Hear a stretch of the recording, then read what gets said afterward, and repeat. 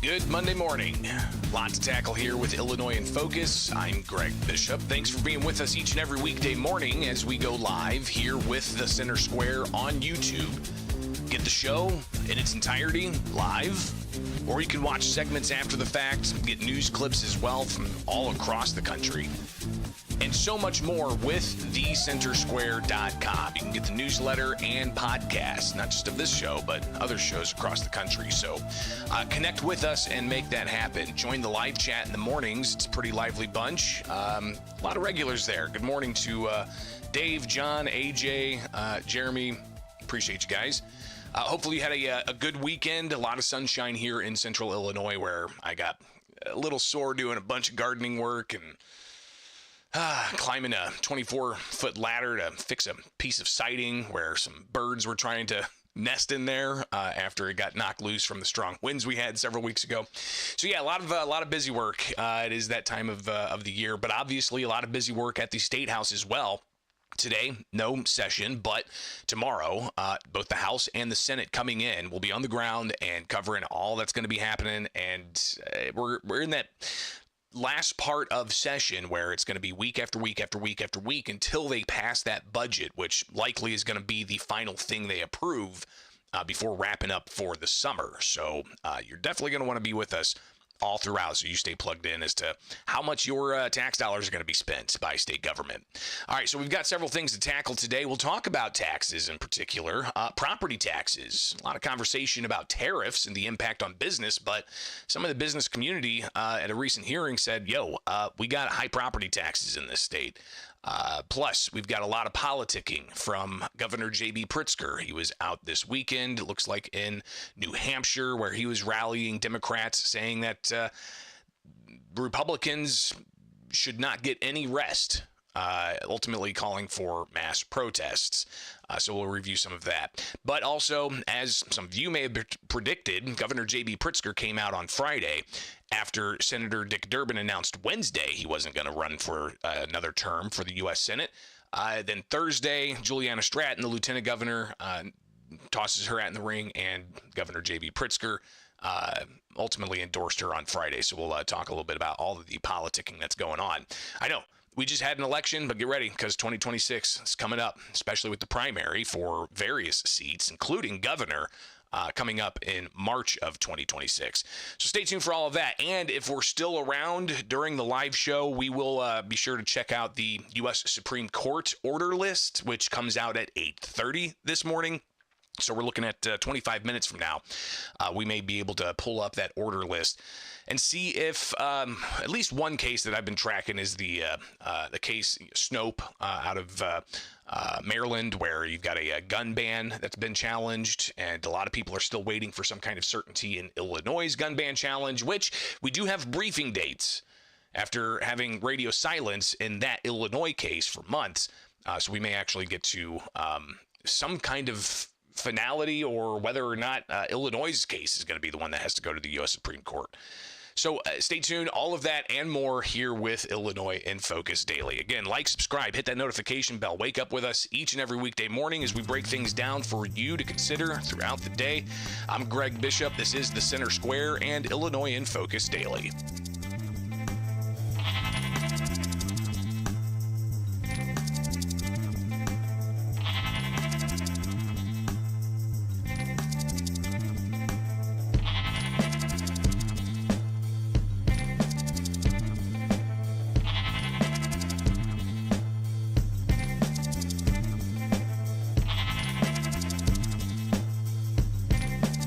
Illinois Governor J.B. Pritzker being quoted in New Hampshire. Never before in my life have I called for mass protests, for mobilization, for disruption, but I am now. These Republicans cannot know a moment of peace. They must understand that we will fight their cruelty with every megaphone. That's just a quote being reported by national press out of New Hampshire, with Governor J.B. Pritzker out politicking. And he started it off, of course, Friday, where he joined Lieutenant Governor Juliana Stratton during a campaign announcement, using his campaign arm to support and give his endorsement to his lieutenant governor to replace U.S. Senator Dick Durbin, who's not running for another term. All right, it's Illinois in Focus Daily. I'm Greg Bishop. You can get this program live each and every weekday morning here with the Center Square on YouTube, but you can also get headlines in your inbox. Just go to the centersquare.com, click the newsletter, sign up that way. All right, so Wednesday last week came kind of mid-morning, video highly produced from U.S. Senator Dick Durbin announcing he was not going to run for another term. And then you had the governor of Illinois at an unrelated news conference being asked about it in Decatur, and he said that he's not going to endorse anybody at this time. Durbin just announced within the hour, Pritzker said. You can see those that tape from last week when we reviewed that. And he said that he wouldn't endorse anybody at the moment. And again, that was Wednesday morning.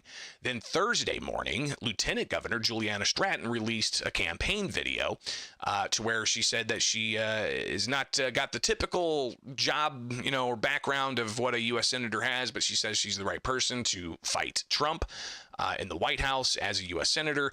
So she tossed her hat in the ring on Thursday. And then the governor held a news conference up in Chicago, unrelated, but here's some of the questions that he was asked on Friday, where he, obviously the morning unofficial business, using his campaign, went and endorsed Juliana Stratton with an event in Chicago. But then he went official business to a ribbon cutting for a green energy project in Chicago. And in Q&A afterwards with members of the media, they were more interested in the politics of what's going on with the U.S. Senate seats. Here's the governor being asked about that.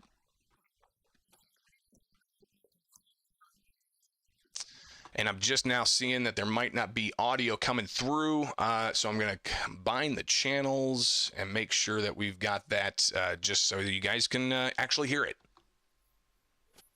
And not so much. Could you guys hear it the first time? I guess we'll just have to wait and see on that. Yeah, sometimes the audio channels can get a little messy depending on the raw source. I can hear it in my one channel, but not in the other. So let's see if we can just do left only. Oh, there we go. This, no doubt, there'll be a competitive primary here. The presidential race was a whole different kettle of fish, right? This was a very hyper unusual situation where a president of the United States, after the primaries are over, decided not to run anymore. There was no time. I mean, I think there were 5 weeks between the time he decided not to run and the time of the Democratic convention. So it made sense for us all to rally around the vice president. And although she didn't win, there were only 108 days to run a campaign. So this is a whole different situation. This is going to be a full-on year, long campaign, maybe 10 months till the primary. And I know that Juliana Stratton has demonstrated over the last 6.5 years what a great leader, what a great campaigner she is, and how she connects to people all across the state of Illinois. And she's going to demonstrate that throughout this campaign. She's the most dynamic person that is planning to run for United States Senate, and I expect that she will win. So the governor obviously endorsing his lieutenant governor, Juliana Stratton, to take Senator Durbin's seat there, saying, hey, there is going to be a primary, but he's jumping out here 10 months out and going ahead and endorsing his lieutenant governor. This raises the question of when is Pritzker going to announce his third term bid for governor, which is 2026, same as the Senate seat, 2026, but not the same as the next presidential race, 2028. So a lot of speculation for years. Pritzker's been followed with questions of, are you going to run for president? The way he positions himself on cable news, the way he positions himself on national politics. getting that attention. It's been an ongoing question that media have been asking him whenever the political calendar starts to move towards the next election. So clearly, a lot more questions for Pritzker because if Stratton's going off to run for Senate and he's going to look for a third term, who's going to be his lieutenant governor? And will that lieutenant governor be having to ask questions of, are they going to ultimately become governor if Governor Pritzker runs for president in 28 and possibly wins? I mean, all of that is kind of fascinating. And I'm sure a lot of people are, getting their chalkboards out and posting the strings, and I forget what those maps are called. But anyways, back to the Governor Friday talking about Juliana Stratton. Again, every question he was asked Friday at this official event was not about the official event. It was about politics. Well, primaries are always challenging, right? Because you're running against people that you share some values with, right? We're all part of the same party. So that's always challenging. But what all the candidates no doubt will share in common is an understanding that this is a moment in which we need to fight. And there's no better fighter. There's nobody who's demonstrated a greater ability to stand up to Donald Trump and the Republicans than Juliana Stratton. So, again, Pritzker continued to be asked questions about the situation with Juliana Stratton. He says, well, there will be a primary, but she's the best person for it. So the governor, of course, did that Friday. 48 hours after Senator Durbin said he wasn't running for a second term, or not a second term, another term. It would, I think, have been like a seventh term for Durbin if he did choose to run. But then you have the governor over the weekend going out on the political stump, so to speak. And we have this reporter here that was at an event in New Hampshire who had this quote from the governor, and this reporter's for Washington Post, quoting the governor saying, never before in my life have I called for mass protests, for mobilization, for disruption, but I am now. The Republicans cannot know a moment of peace. They must understand that we fight their cruelty with every megaphone. And then you have Natasha Korecki with a on-the-ground video as well of the governor in front of Democrats getting standing ovations and making this statement. Let's see if we can get that out there. These Republicans cannot know a moment of peace. They have to understand that we will fight their cruelty with every megaphone and microphone that we have. We must castigate them on the soapbox and then punish them at the ballot box. So we must castigate them on the soapbox and punish them at the ballot box, using words like mass protest, mobilization, disruption. Is that going to be the Democrats' move forward here? It's an interesting question, especially when you've got more of a liberal side of the Democrat Party, very critical of the, quote, oligarchy, which, if you're not familiar with the term oligarchy is, it's government run by the rich. Governor Pritzker is a billionaire.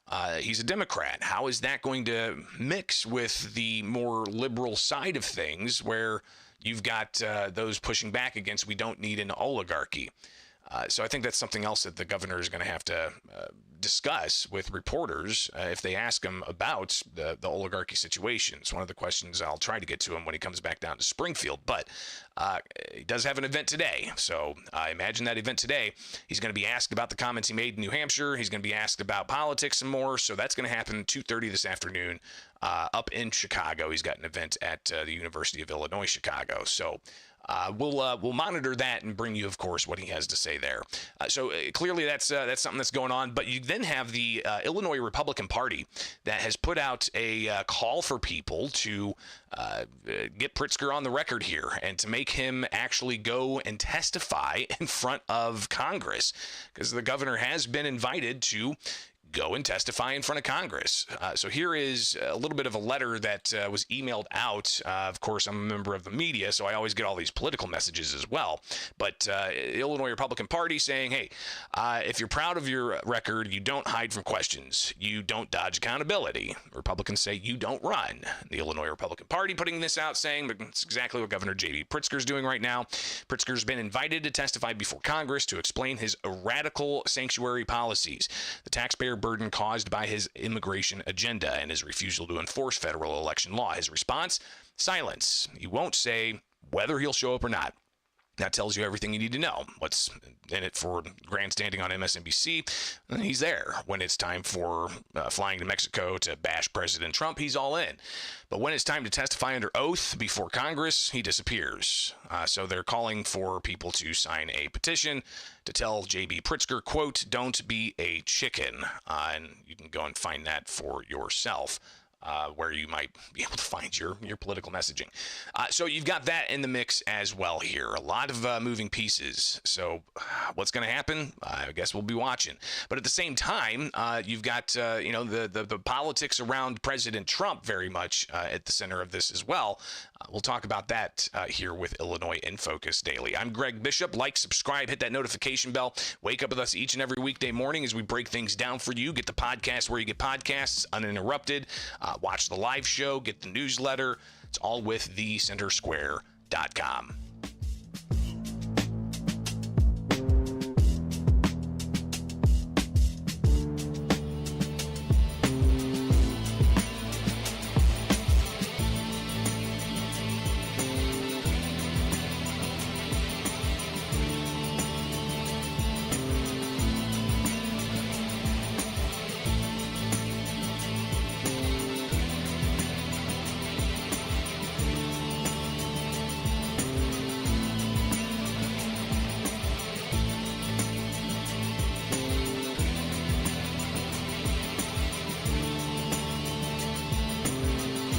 Governor J.B. Pritzker's invitation to testify in front of Congress about sanctuary policies, the back and forth over whether or not the state's going to get money, whether or not the state is going to be held accountable in federal court, or what the next steps are here. But it's coming down to even you've got other state and federal agencies having to talk about cleaning up unemployment rolls to make sure there's not illegal aliens getting your tax dollars. It's Illinois in Focus Daily. I'm Greg Bishop. Like, subscribe, hit that notification bell. Wake up with us each and every weekday morning as we give you multiple segments to digest.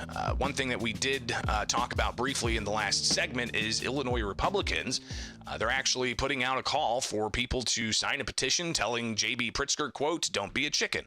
And this is because they say that Pritzker's hiding from testifying in front of Congress. And with that message, they say if Pritzker has nothing to hide, he should have no problem standing before Congress and defending his actions on sanctuary status. But if he refuses, the people of Illinois will know exactly what he's trying to cover up. So they want him to go and testify. We have yet to hear if the governor is actually going to testify, but if he does, we will definitely be covering that, and likely we'll probably even post it live so you can track that as well at thecentersquare.com.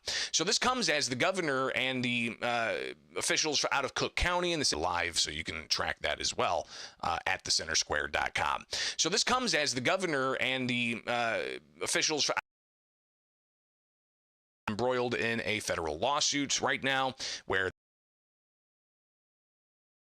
migrant policies, and that's going back and forth. The states said that it should be dismissed. The feds said that they've released a illegal alien from Cook County Jail that was arrested 17 days later, accused of murder. A whole bunch of back and forth there. It's going to be interesting, and we'll continue to track that for you. But as that happens, Governor Pritzker's been invited to go testify in front of Congress. But you also have the federal government sending out letters to all 50 governors, and in the Department of Labor, the U.S. Department of Labor, sending out these letters. Here's one for Governor J.B. Pritzker. It says, as President Trump and illegal aliens from obtaining Social Security Act benefits. Executive Order 1421-8, ending taxpayer subsidization of open borders. It is critical we ensure American tax dollars do not go towards encouraging or rewarding illegal immigration in the United States. Our nation's unemployment benefits exist solely for workers who are eligible to receive them. To qualify for unemployment, one must be able to and be available to work, actively seeking work, and be legally authorized to accept unemployment in the United States. Unemployment benefits are not a handout for those in our country illegally. The Department of Labor says they understand the colleagues at the Department of Homeland Security. Secretary Kristi Noem wrote last week informing that Illinois, can now use the DHS immigration database, SAVE, at no cost. The important system helps verify the immigration status of benefit claimants and it's a critical tool for the toolbox in ensuring the illegal immigrants do not access the nation's unemployment benefits. As a result of this change, the Department of Labor Secretary, Lori Chavez de Reamer, says that she instructed the Employment and Training Administration to send a letter to all state unemployment insurance administrators urging them to immediately start using SAVE for every initial and continued claim filed. An individual who indicates that they are not a U.S. citizen. It goes on from there, and you can read the rest. So this is interesting because Illinois' unemployment office had, during COVID, so much fraud. And it was just revealed because there were U.S. representatives getting unemployment checks during COVID. And they're like, I didn't request this. So you can imagine, has that been cleaned up, first off? And second of all, how rampant is it in Illinois of non-citizens getting unemployment in the states? Because remember, whenever they had that audit of the Illinois' non-citizen health benefit subsidy, they found a whole bunch of people who had Social Security numbers. And if they were documented, they shouldn't have been able to tap into this taxpayer-subsidized program of health insurance for non-citizens over the age of 42. We'll have to track and see what kind of outcome we get from this, especially from the federal government, if they're going to review this and do some cross-referencing and whatnot on names of individuals in the country illegally and such. So that's going to be interesting. But in the grand mix of all of this, right, in the federal lawsuit against the state of Illinois, Congress inviting Pritzker to testify, the unemployment for illegal aliens coming into focus a little bit more, and I'm sure that's going to develop more. But then you get Governor J.B. Pritzker, again, continuing with some of the politics here, as we've discussed, goes after President Donald Trump's administration for arresting a sitting judge. This made a lot of headlines at the tail end of the week, national headlines. But essentially, the issue is there's a judge that didn't allow for ICE to go into a courtroom to apprehend an illegal alien that was being released. And she had the illegal alien go through a different hallway. And then ICE had to physically chase this individual, I believe, across the court parking lot and whatnot. But it made a lot of headlines. And that judge arrested and charged. So Governor Pritzker and a lot of Democrats as well upset by that. They say that arresting a sitting judge is an alarming escalation of Donald Trump's war on the courts. Shortly after, Attorney General Pam Bondi went on Fox News to brag about it and confirmed this authoritarian administration is going to keep persecuting and prosecuting sitting judges. We do not have kings in America, Pritzker said. We do not accept propaganda as fact, and we do not let authoritarian federal overreach hold us back from speaking up for justice. America was built on a system of checks and balances where different parts of our government have the duty to hold the power of the others to account. Today is a reminder of the federal judiciary, Congress, and state to do our part in holding Trump and his lackeys accountable. While we must closely follow the emerging facts and details of the case, there is no question today it is an extremely unusual and concerning step in Trump's attacks against the rule of law. Listen, obviously the political overtones here very strong, but officials are arrested all the time across the country. We don't necessarily hear about it all the time. I could probably find 10 stories from the past year of, state's attorneys or assistant state's attorneys or judges all across the country. It's a big country. You could probably find some corruption type cases or people who, judges that got pulled over for a DUI or whatever the case may be. It happens. I mean, is this just part of it, or is it just because it's the issue of the immigration factor that's making this even more acute in the news? Obviously, all questions and things that we're going to be continuing to monitor, especially as we've got the ongoing federal lawsuits against the state of Illinois, Cook County, and Chicago from the Trump administration, trying to cancel out the state's sanctuary laws. And then you've got raids that have happened in Florida, raids that have happened in Colorado. Will we see a raid in Chicago where 100 plus non-citizens are apprehended and going through the process of deportation. Again, all these things we'll be watching. So hopefully you do like, subscribe, and wake up with us here with Illinois in Focus Daily. I'm Greg Bishop, and you can get the show live, or you can check out the segments after the fact. You can get the podcast as well. Just search Illinois in Focus, but don't forget to get that newsletter in your inbox each and every weekday morning here with the Center Square.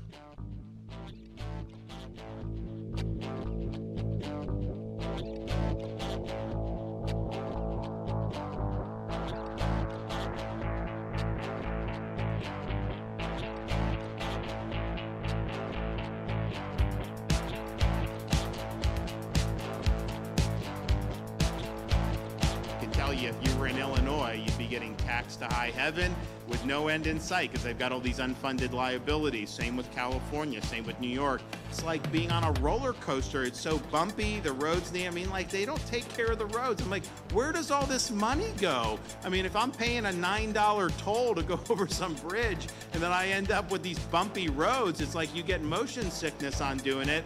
And then, where would you rather go need to get a driver's license? Would you rather go to the New York City DMV, or would you rather go in Florida? I mean, it's Florida Governor Ron DeSantis. Let's do that all again. Why don't we?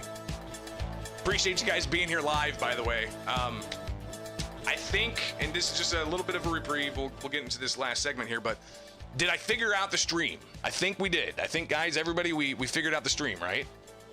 Maybe it's working. Wayne says the audio sucks. Wayne, give me more details. Email me bishoponair@gmail.com. All right. Some other people not getting notifications, or they come in late. Listen, I would just be at the Center Square's YouTube page right at 8 o'clock. I'll go right at 8 or 8:01, but check that out. All right, so if you guys just keep me posted on the stream strength, and really do appreciate that live feedback, because it helps me ensure that we're continuing on strong here. All right, we'll check out what Governor Ron DeSantis had to say here with this next segment. All right.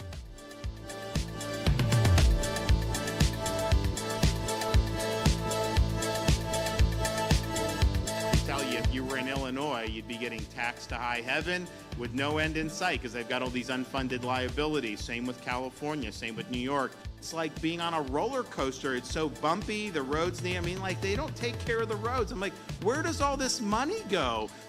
Florida Governor Ron DeSantis recently talking about Illinois and other high-tax states, wondering where the liabilities are going, because you're paying a lot of tax dollars in these states, including the land of Lincoln.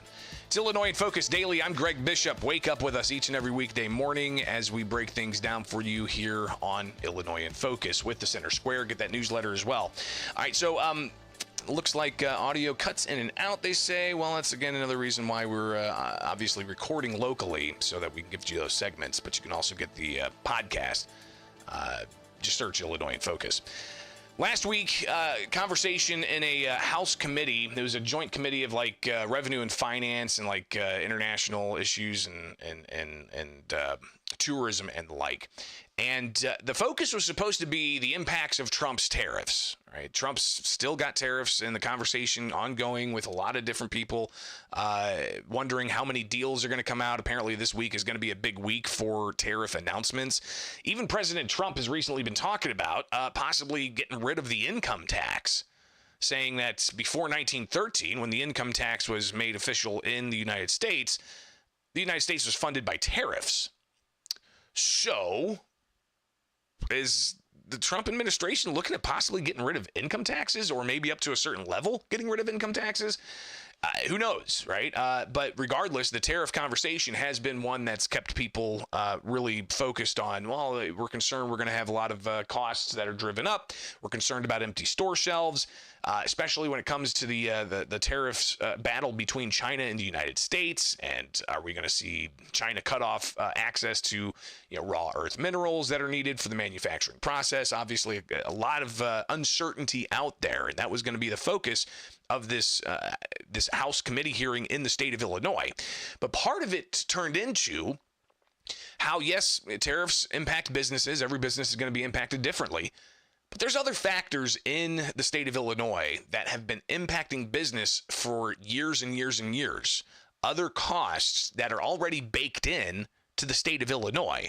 Here's Rob Carr. He is with the Illinois Retail Merchants Association, representing retailers across the states, and here's what he had to tell this committee. We have to keep in mind, retail is at the end of the line, right? All of the inputs, all of the costs that are experienced by manufacturers, distributors, others are realized in the cost of the product, and then the retailer has to throw in all the other costs they experience: labor, energy,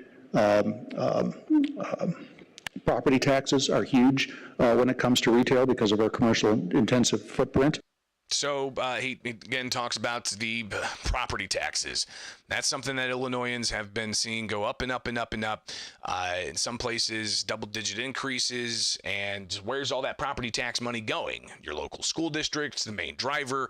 You got a library district. You got a community college district. You've got a park district. You've got a village. You've got a city. You've got a township.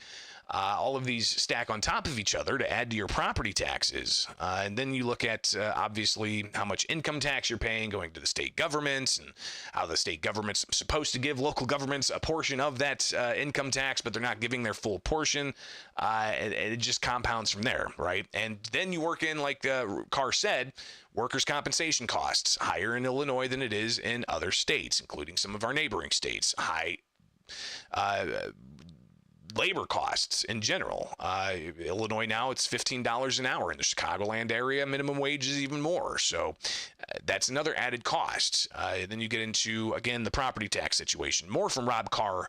Again, they were talking about tariffs, but they could not talk about the impacts of current policies in Illinois, not Trump administration policies.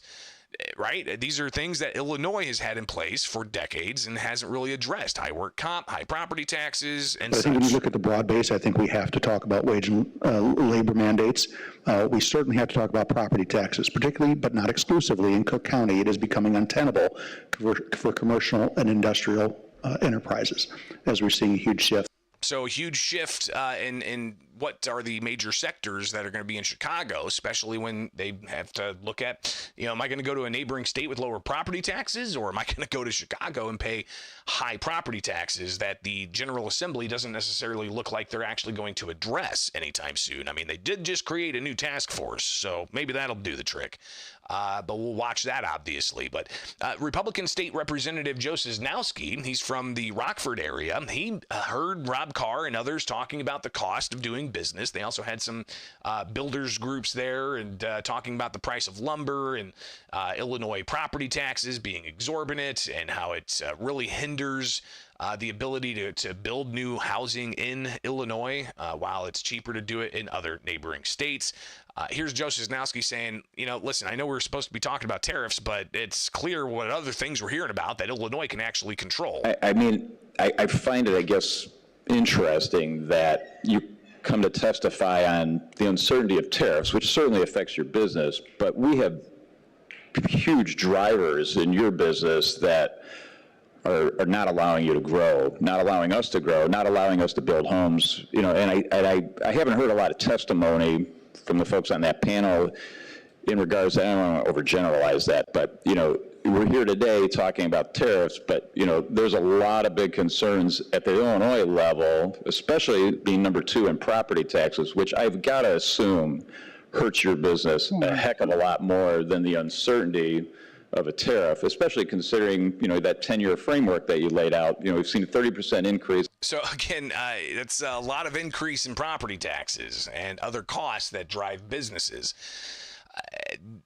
It's no joke for those paying it, but across the country, you see the lists that come out, and Illinois has among the highest combined tax rates when you work in property taxes. We've got among the highest gas taxes. You can notice that just by crossing over the border to Kentucky or Missouri or Indiana or Iowa, and you'll notice a sizable difference in the cost per gallon.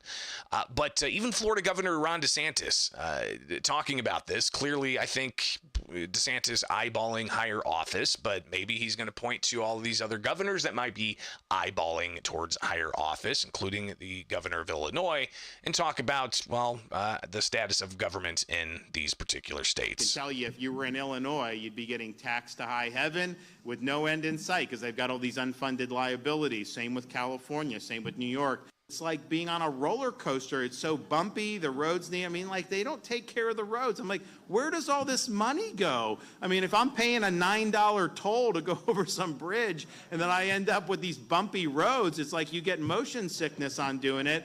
And then, where would you rather go need to get a driver's license? Would you rather go to the New York City DMV or would you rather go in Florida? I mean, you're going to get it quicker in Florida. I know you will get it quicker here in St. John's because I did that back in the day. So it's just the services are just night and day. And he also talked about just the role of government in general. And this is an interesting message to put out there as we're 10 months away from a primary in Illinois. But, 2026 is going to be here before we know it. And 2028 will be here before we know it as well. So we're harnessing the energy in the state. We're harnessing the goodwill to be able to help people in need. And ultimately, when you're serving as a facilitator, when you're serving to help navigate people around the community to see what's available to them and to help put them in a position to succeed, that's the best role for government. The role for government can just simply give checks indefinitely and expect things to magically get better. That just doesn't happen.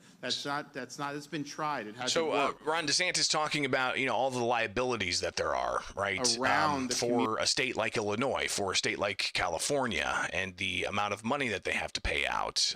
And what you have is just growing costs. And those costs are because of things like pensions.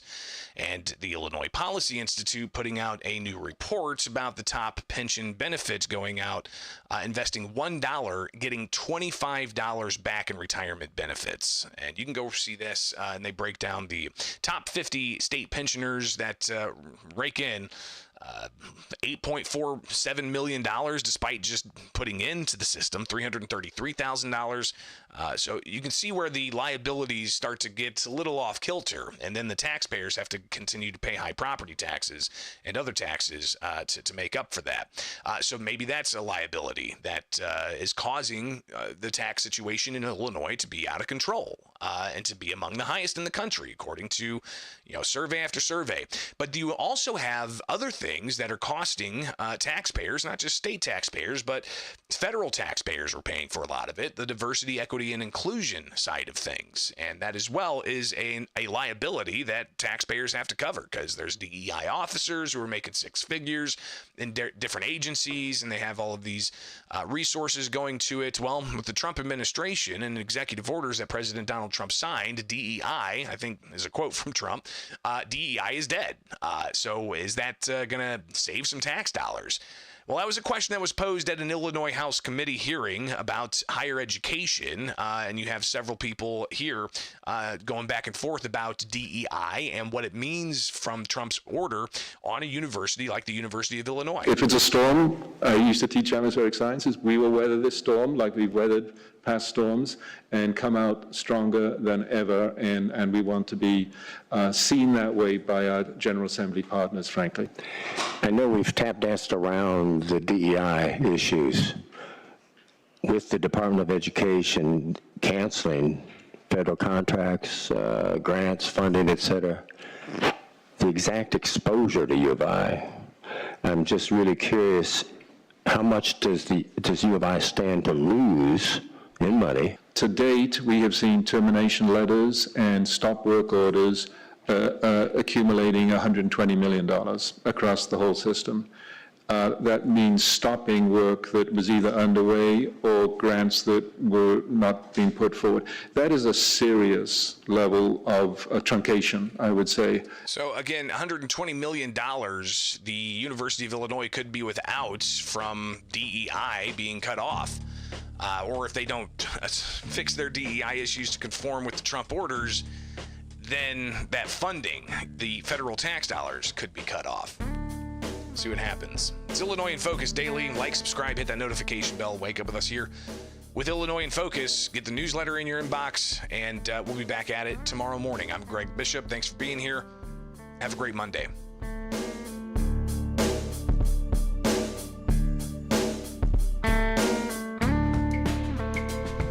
All right, so no Snopes case, I'm hearing from people in the chat, but we'll just go ahead and take a look here.